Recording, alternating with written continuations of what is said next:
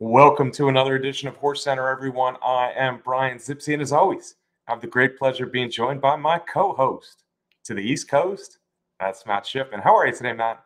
I am good. Breeders' Cup show number 3. I think, Brian, pre-entries have been drawn. We got a little twist on some of your favorite shows from past years. Yeah, we're gonna take those pre-entries that we saw come out yesterday. There's still some questions of who will be where and such, but now we have a pretty good idea of who, excuse me, is in these fields.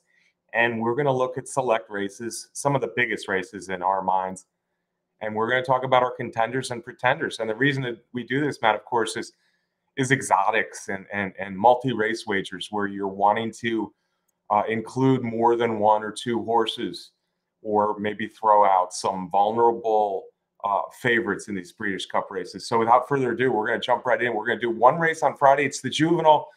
These are the glamour horses of next spring. But for now, we have a very interesting Juvenile, Matt. I think there's a bunch of possible winners in here, and you can see that represented by our contender-pretender list. We'll start with Prince of Monaco, Matt. He's done little wrong in 3 races. Little wrong. Bob Baffert is going to be the favorite.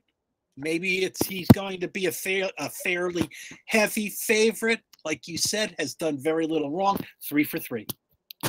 Yeah, we both have him as a contender. I'm not convinced he'll be a heavy favorite. I think he is the favorite, but I think there's other horses to bet quite a bit in here. So Prince of Monaco, who hasn't run since Del Mar, hasn't run 2 turns yet, is a contender still. The one thing that Prince of Monaco may have going for him as he stretches out here is there's a lot of speed in the race, Matt, and Prince of Monaco has been able to pass horses. Muth is another Bob Baffert, a multi-million-dollar purchase, and he was beaten by Prince of Monaco pretty soundly a few starts back in the Best Pal Sprinting, but he came back with a nice 2-turn win. Yeah, he did. Came back, redeemed himself a little bit. Another Baffert, I guess maybe that's a reason. Plus, there's a third Baffert in the field. Maybe those are 2 reasons why Prince of Monaco may not be as short as, he might have been in other fields. Yeah, we both have Muth as a contender coming off that nice win last time in the American Pharoah. Locked, I'm starting to warm up on Todd Pletcher's Locked, Matt. Like I mentioned with Prince of Monaco, Locked can rally, and in fact, we know Lock really can rally as he's come off the pace for some wins. And that win at Keeneland last time in the Breeders' Futurity was a good performance. It was a good performance, Brian. A little bit of a longer distance, and as you've mentioned in previous shows, the Juvenile and the Juvenile fillies, for that matter, are run at just a flat mile. Yeah, Locked should get a pace that he likes here, and Matt and I both consider him a contender as well. It's hard not to respect what Timberlake's done. Timberlake has run good races at 3 different tracks. Monster maiden win in his 2nd career start, a very game effort in a crowded pace in the Hopeful, and then a nice win on a sloppy track in the Champagne. Yeah, absolutely. Has done really well. I think both of those last 2 races in New York, the Hopeful, which was an interesting race, didn't come up very fast, and the Champagne was on a tremendously sloppy track. He won by 4 lengths. I don't know what that means when you go out to California, where it's likely to be fast and dry. Yeah, although Timberlake, I think, has done well at different tracks on different conditions. So I'm thinking he's a contender here. Those are the 4 favorites, Matt, and we didn't really throw any of them out. What we're saying here is we have a pretty wide open race. And in fact, we will have more contenders as we go. The next one who starts to get longer odds is a New York bred. His name is the Wine Steward, one of a couple Vino Rosso colts in the race. And the Wine Steward, he too has done little wrong. Multiple stakes winner, really good effort last time at Keeneland. Yeah, absolutely. 3 wins early in his career, 2 against New York breds, 1 down in Kentucky. This is the kind of horse that is a contender, at least for me. as a horse where now we're going to start getting better odds, and Contender can mean a trifecta possibility. Yeah, the Wine Steward, he's bred to run long, and that first effort at two turns was game. He had showed real ability sprinting, so I think he's a live horse in here. General Partner coming off a second in the Champagne, we both list as a pretender. I thought you liked him a little bit more than me. He was beaten by Timberlake in the slop last time. Yeah, and had a pretty good maiden win for Chad Brown, but you can't make everybody a contender if you want to have a reasonable size exotic ticket. So I think there's several better and more interesting than General Partner. Yeah, and one that I might like better than you is the third Baffert, Wind Me Up, who won a maiden and then showed a lot of speed, went second last time in the American Pharaoh. He's the other Vino Rosso. He could certainly move forward off that effort in the American Pharaoh, but he adds to a pretty strong early pace, it looks like to me. Yeah, and sometimes the other Baffert horse, then this one would be maybe the other Baffert horse. Sometimes those horses end up being the best ones. Yeah, he's a horse I'm going to look for down the road a little bit, but probably not here in the Juvenile. Fierceness, we both loved what we saw in his maiden win at Saratoga. Really awesome display. But then he broke poorly in the slop, in the Champagne, didn't really run at all. Are we completely throwing him out, Matt? I am, Brian, and just for the reason that you said, he just didn't run at all in the Champagne. Yeah, I can easily draw a line through that. So if he's big odds in here all of a sudden, I think he's talented. I wouldn't completely throw him out, especially in the exotics. There's a few foreign horses, including Ekoro Neo from Japan in here, Matt. I'm just not thinking that their form looks good enough against all these good Americans. I don't think the Juvenile race is a race where the internationals are going to shine. Yeah, I agree with that completely. And this one's a maiden still. Okay, so we're going to move on quickly to our next featured race, Matt. And we're now on Saturday, and it's the Breeders' Cup Sprint. We didn't list them all, but we tried to list the main contenders here. Elite Power, last year's champion, last year's Breeders' Cup Sprint winner, Matt. I think this race looks to set up pretty well for him in here, although he finally lost a race last time. He did after having won 8 in a row. That was lost to Goodnight, of course, who is maybe second best in this race, in my opinion. But cutting back now for Elite Power to from 7 furlongs to 6 furlongs is key.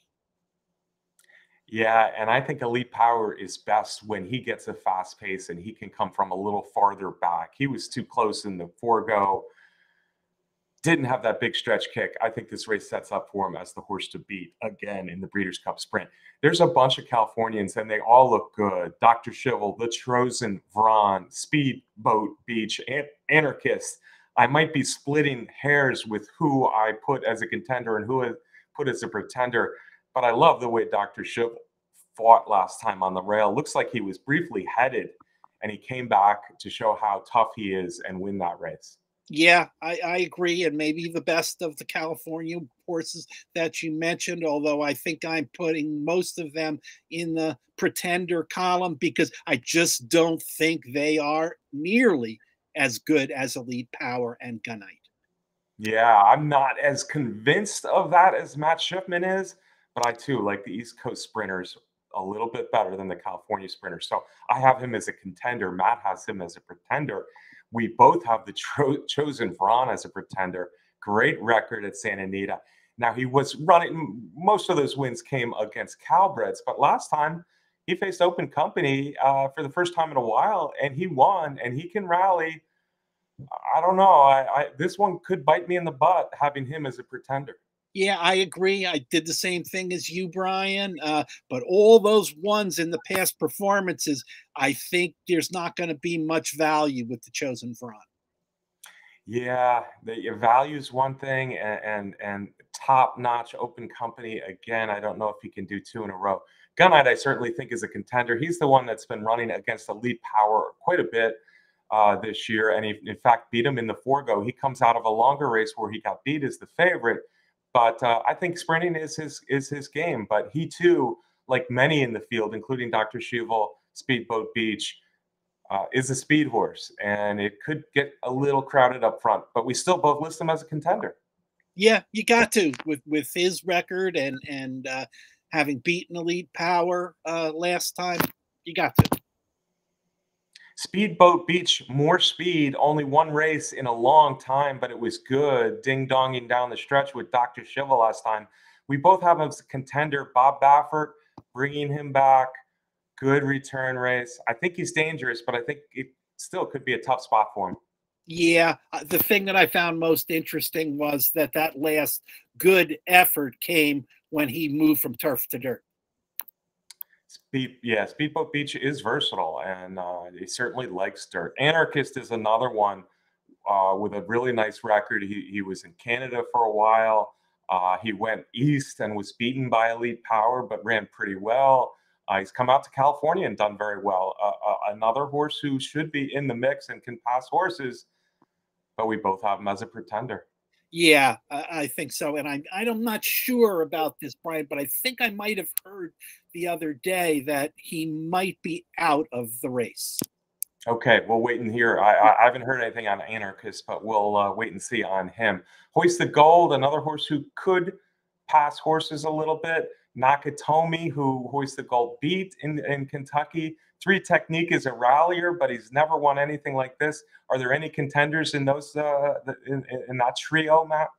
I didn't see it, Brian. Those horses you're talking about to me are not grade 1 quality. Agreed. I guess what Matt are saying is Elite Power and Gunite, the rivals from overseas, I guess, in Saudi Arabia, and then, of course, in New York this year, are the two horses we like the best here in the sprint, with a little bit of fear from the Californians. But it looks like Matt and I will be on the East Coast horses, Elite Power and Gunite, as our top two in the Breeders' Cup Sprint right now. Next, Matt, on the list is maybe one of the more interesting races on the card, really a showdown between international and American horses. That's the Breeders' Cup Turf. Let's pull that up now. I'm going to start at the bottom. King of Steel, who we both consider a contender if he's in the race, is cross-entered. He's first preference Turf, second preference Breeders' Cup Classic. And then there's also a good chance that he won't come over after winning a big race just last week at Ascot. Yeah. And I guess looking at the preference and such, if he comes over, he's going to run in the Turf. And that was a very, very nice win in the Champion Stakes at Ascot, which is a big grade 1. Yeah, he is a big 3-year-old, by the way, too. When you see him with Auguste Rodin down the stretch, it's remarkable how much bigger of a horse he is than Auguste Rodin. But I have a feeling King of Steel won't be seen in any Breeders' Cup race. But if he does come over, I could easily see him run in the Turf or the Classic. He's that good, and he has to be listed as a contender. Let's go back to the top.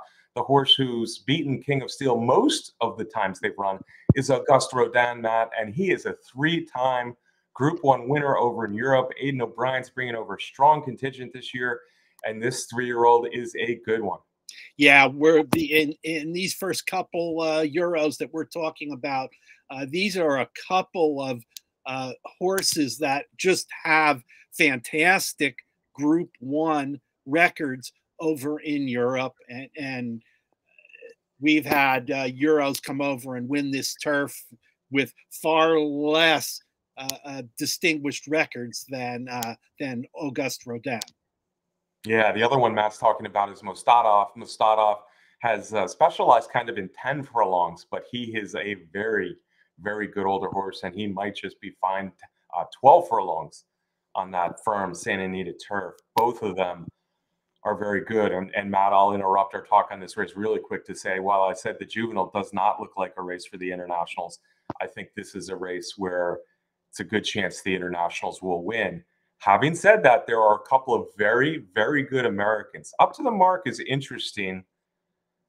in that he's coming out of a 1-mile race, a really, really good performance at Keeneland. He's coming out of a bunch of really good performances. Although there was a freshening, he came back and he nailed a very good Master of the Seas on the wire at Keeneland in the Grade 1 turf mile there. Now he stretches out to 12 furlongs. I'm not sure what to make of it. He's entered in the Breeders' Cup Mile, but Rapoli says he's going here. Yeah, and you know, I agree with what you said. We've got, it's going to be tough for the Americans, but we've got the two best American turf horses in this race with Up to the Mark, now with 3 Grade 1 wins in a row. Yeah, Up to the Mark. It could be. You could make a case that he's been the best horse in America this year overall. Paradise Creek was a horse I loved a few decades ago, Matt, and he was probably best at 9 or 10 furlongs. And he tried both the Breeders' Cup Mile and the Breeders' Cup Turf, and it just wasn't the right distance for Paradise Creek. That may be the case for Up to the Mark here, but still, he's gotten so good this year. We both list him as a contender, as we do Onesto. A 2-time runner in the Arc. Last time he was very good third. Lightly raced this year, but it seemed like he ran his best race last time in France. And historically, Brian, runners up in the Arc, meaning horses that did not win the Arc and have come over to the turf, have won this race in the past.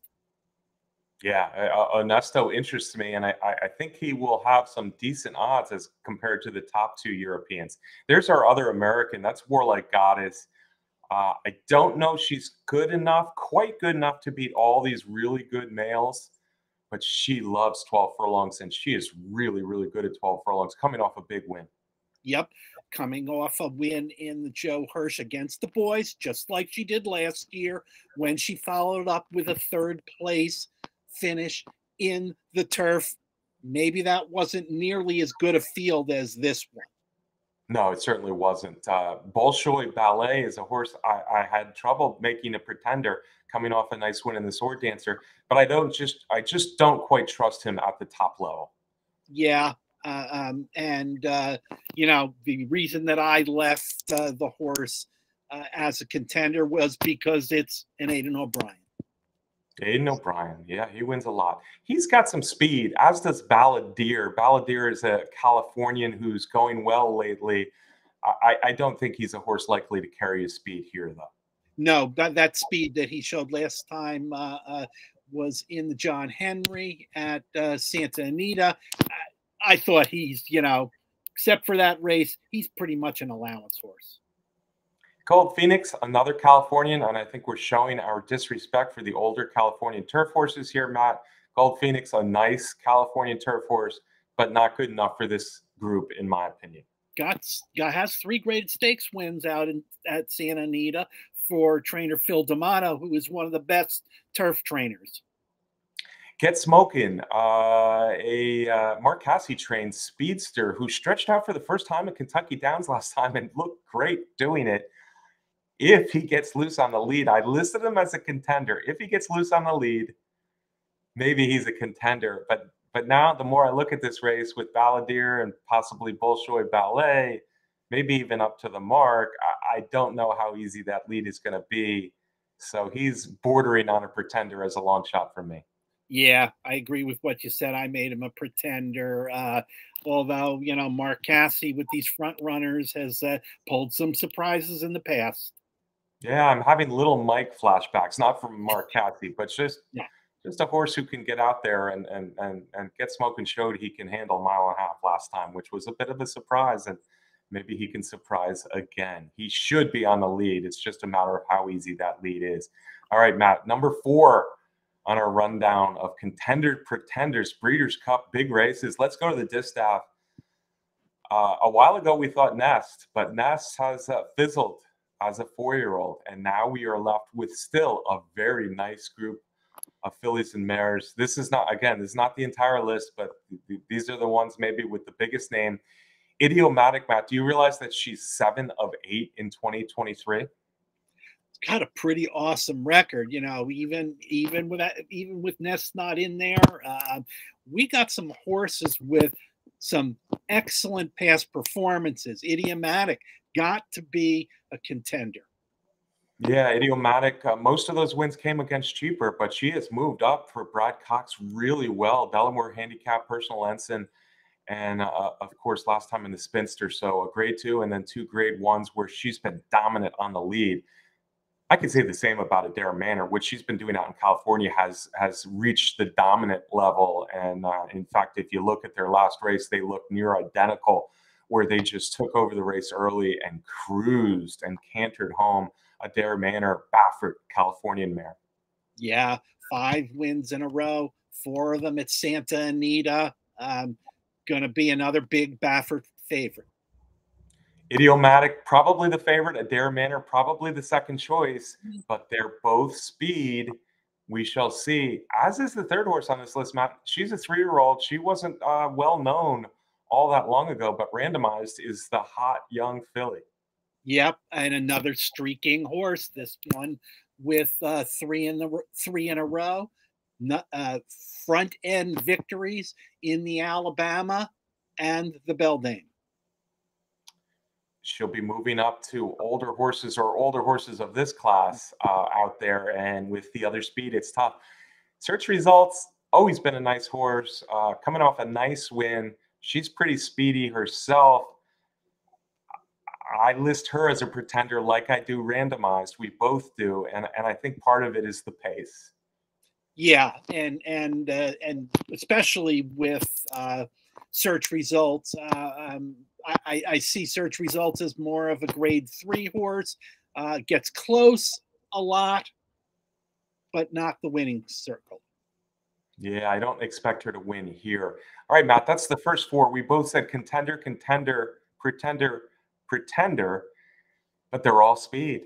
We need a rallier, and there she is, Clairiere, close in both of the last 2 runnings. The 5-year-old daughter of Curlin will take a 3rd try. Will this be the one that gets her over the hump? We'll see, but she's getting the best setup she's ever gotten for sure in the Breeders' Cup, and is going to have some unusually high odds. Yes, after a dismal performance in the slop, I'm drawing a line through that race in the slop. I still believe in Clairiere, and like Matt, I love the race setup. She is a must. She is the one must play in this race for me. Pretty mischievous, Matt. We both have her as a pretender. She is the current leader of the 3-year-old filly division. She's run a ton of good races. Even when she got beat in the slop last time, she ran well. Why don't we like Pretty Mischievous here? I tell you, I guess it pained me a little bit to put her in the pretender category, but I think it's a statement of the quality and the current form of the horses in this field that I've got Pretty Mischief as a pretender. And the other thing is the 1 1/8 distance. Yeah, and for me, the 3-year-old fillies have not impressed me nearly as much as the older ones this year. So we both have her as a pretender, a very good pretender in the Distaff. Having said that, there is one 3-year-old that I want on my tickets, and that's Wet Paint. And the reason is the pace. I think it's going to be a strong pace. I think horses can rally into the exotics. And I think Wet Paint, as the 3rd preferred 3-year-old filly, is the one I like best, rallying down the stretch at Santa Anita. Yeah, I kind of felt the way you mentioned earlier that the older horses are so good. The 3-year-old crop, maybe not so much. And this will be Wet Paint's first run with older horses. Pretender for me. Tough spot for her. Desert Dawn, nice Californian. She ran a good race in the Kentucky Oaks a year ago. She's been beaten up by Adair Manor. Maybe with the pace, she can turn the tables on that one, but it's hard to pick her out of this strong bunch. Yeah, I agree, Brian. And finally, we had to put the South American shipper in there. Beliza de Arteaga has been awfully good down there, and we've seen South American mares do really good things over the years in America and the Breeders' Cup, in fact. I just don't know if she could do it in her first start in the country. Yeah, first start in the country, Brian. But this horse has an awful lot of victories, 9 in a row, 11 total. but only $187,000 in purse money. Yeah, there's not a lot of purse money down there in South America, and that's why the good ones come up here.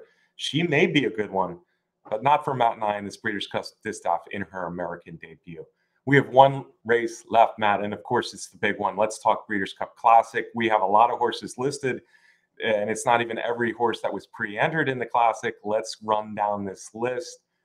Arcangelo, probably the favorite for Horse of the Year right now, Matt, and probably the favorite for the Breeders' Cup Classic, coming west for the first time. Yeah, the Classic, it's a battle of the 3-year-olds against the older horses. And as the pre-entries came out, it's about half and half. Half of the field is 3-year-olds, half are older horses. Arcangelo, boy, has gotten better and better. Trainer Jenna Antonucci has done nothing wrong. And that streak of the Peter Pan, Belmont Stakes, and Travers is a wow. Very nice, very nice. And I think it probably will earn him a 3-year-old championship. I just don't love him in this spot. I had to put him in as a contender because of how everything you've said, how good he's become. But I tell you what, as the favorite, all his stakes wins have come in New York. I've seen this before where good New York 3-year-olds come out west and just don't get it done. And this is a tough field. I'm not quite a believer on Arcangelo. Probably won't be seen on too many of my tickets, nor will Arabian Night, who I expect to be the second choice. He got a pretty favorable pace last time, and he did well to win the Pacific Classic. But I think the pace is going to be a lot tougher here. I don't like his chances. No doubt, Brian. I was certainly teetering on the line of pretender, contender with Arabian Night. I guess it was the victory against older horses in the Pacific Classic that made me make him a contender. He's now training very well in that Baffert style of long, fast workouts. But yes, tough spot and probably not much value at the betting windows. A very talented, lightly raced horse. I just think the pace, the distance, the older horses will get to him. Another horse who could bite me in the butt. Go Rocket Ride, actually, I prefer of the 3-year-olds. He's my favorite 3-year-old in this race. He has the ability to pass horses. He's good at California. He's won at different tracks. I like his race in the Pacific Classic, even though he wasn't able to get to Arabian Night last time. Richard Mandela knows how to get it done. I think Go Rocket Ride is a real contender here. Yep, I agree. I like that race also, and I like it on the heels of his impressive performance in the Haskell. Ushba Tesoro, coming over from Japan, has been a real find since they switched him to dirt. He's been awesome. In fact, he was awesome last time in his return race in Japan. He was awesome in the Dubai World Cup. He can rally. We know he likes the distance. Japan has now won on the dirt over here at the Breeders' Cup. Ushba Tesoro is, for me, a must play. Yep, got to be a contender with those 6 races, 6 wins in a row. As you said, taking to the dirt. He's going to have to make his first trip to North America to run, and only the second time that he has left Japan. White Barrio, I think, is a contender as well, Matt. The best dirt race I've seen in America this year, I think, was the Whitney, and that's what he did in his last race. He seems like he's come around for trainer Rick Dutrow. Yeah, agreed. Dutrow had him for 2 races, just briefly before the 3rd place in the Met Mile, and then that big performance in the Whitney. He's been out in California since sometime in September preparing for the race, but this is definitely the toughest race he's ever been in, but I guess you can say that about all of them.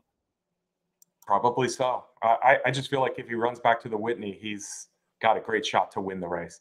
Bright Future, an up-and-comer, still has a bright future. Won a pretty nice race, the Jockey Club Gold Cup last time at Saratoga. I'm just not convinced that he's ready for this level out west. I'm not convinced either, because that field in the Jockey Club Gold Cup was pretty weak. Bright Future kind of started our long shots here, and another long shot is Zandon. Zandon, I'll tell you what, Matt, I'm a believer in horses getting a confidence booster by rolling, by winning races. And I think that's got to be true for Zandon to some extent. he lost a bunch of races, a bunch of good performances in there after winning the Bluegrass spring of 2022. But that Woodward, certainly against lesser, but it should give a horse who can run a mile and a quarter and can rally and has class a little boost of confidence, and that may help him at least get into the picture in the Breeders' Cup Classic. Yeah, it may do that, Brian. And you got to say, he's gotten into the picture in a lot of races. He's got over $2 million in earnings, and a lot of it with those second and third place finishes. But again, I agree about the confidence builder, but it was in a Woodward that I must say also was a pretty weak field. It was a weak Woodward for sure, Matt. You're correct. King of Steel, we've already talked about. We both list him as a pretender. This is probably the least likely scenario that'll end up here, but he is a classy horse, as is Derma Sotogake coming from Japan, Matt. I see we both have him as a pretender. Well, Brian, he hasn't run since that sixth place performance in the Kentucky Derby. Enough said, I guess.